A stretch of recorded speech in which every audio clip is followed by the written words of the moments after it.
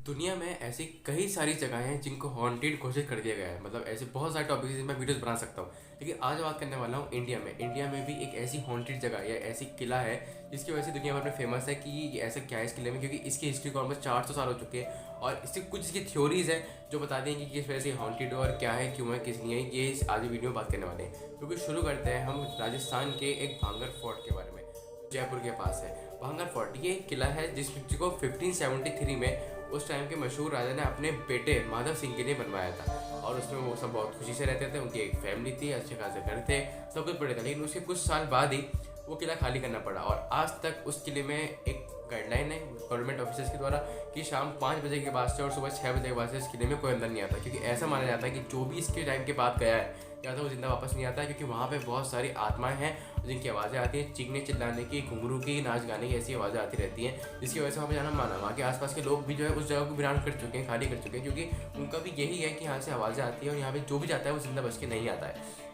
तो हुआ कुछ यूँ था।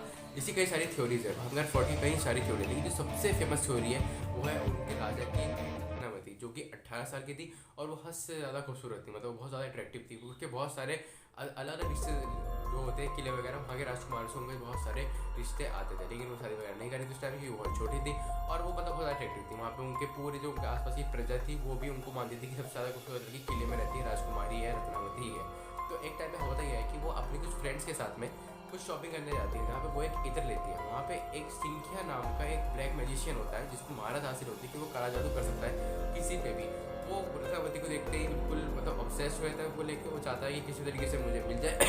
तो वो उन्हीं इत्र पे चुपके से रत्नावती आँखों से बच के उस पर अपना जादू कर देता है। वो जादू शायद को होता है कि जब रत्नावती उसका इत्र को उन पर लगाएंगे, जो वो खरीद रही है, तो उनकी तरफ अट्रैक्ट हो जाएंगे, उनकी तरफ खुद ही भाग के चलाएंगे, उन्हें कुछ ऐसे ही पढ़ के उसको ठोका था और रत्नावती उठा देती है। और फिर शायद ऐसा लगता है कि उसका जो प्लान है वो सक्सेसफुल हो चुका है, लेकिन नहीं, क्योंकि उनकी जो रत्नावती था जो उनकी फ्रेंड थी वो देख लेती है कि इससे कुछ करा है, तो उन्हें बता देती है कि इसमें कुछ है, इसे मत करना। तो वो उसको हैंड टू हैंड उस पत्थर पर फेंक देती है।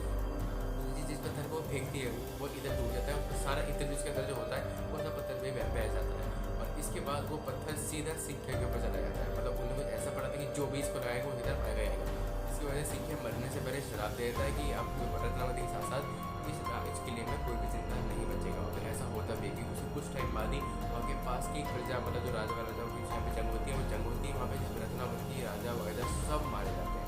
और इसके साथ वहाँ पे ये सब हो जाता है। और आज ऐसा माना जाता है पैरानॉर्मल एक्सपर्ट्स के द्वारा कि जितने लोग वहाँ पे उस दिन मारे गए थे उनकी आत्मा को आज तक शांति नहीं मिली है, या जिसे हम बोलते हैं मुक्ति नहीं मिली है।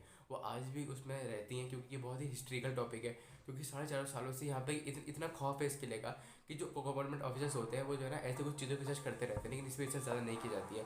ना ही इसके पास इन लोगों ने कभी ऑफिस बनाया है, क्योंकि ऐसा माना जाता है कि वाकई बहुत सीरियस सिचुएशन है।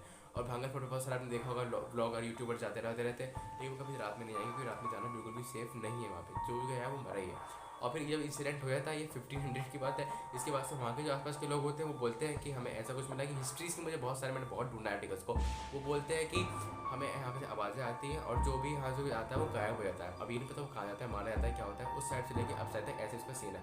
वहाँ के लोगों ने उसको पूरे इस तरीके से खाली कर दिया और अभी भी भांगर फोर्ट है, बिल्कुल एग्जिस्ट करता है, लेकिन पूरा खाली पड़ा है, उसके आसपास कोई भी नहीं रहता है। वहाँ के जो लोकल्स है वो यही बताते हैं इस ये किला श्रापित है और इसमें जाना बिल्कुल भी सेफ नहीं है किसी के लिए भी। और बहुत सारी इसकी थ्योरीज बनती है। जो टॉप की थी मैंने ये बताई थी।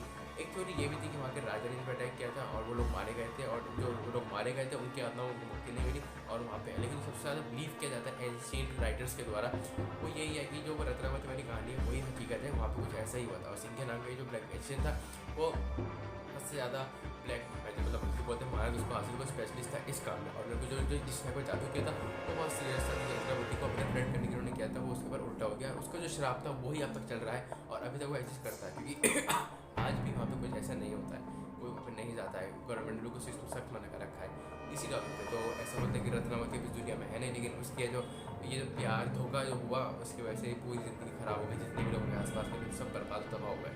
तो ये था ऐसी कहानी। बहुत सारी चीज़ें थी, लेकिन जो मेन थी यही थी, सबसे ज़्यादा फेमस भी यही है जिसकी वजह से ऐसा हो रहा है। अगर आप जयपुर में रहते हो, आप देख रहे हो, तो क्या आप कभी गए हो तो बताना, क्योंकि शाम दोपहर में तो जा सकते हैं, शाम को नहीं आ सकते।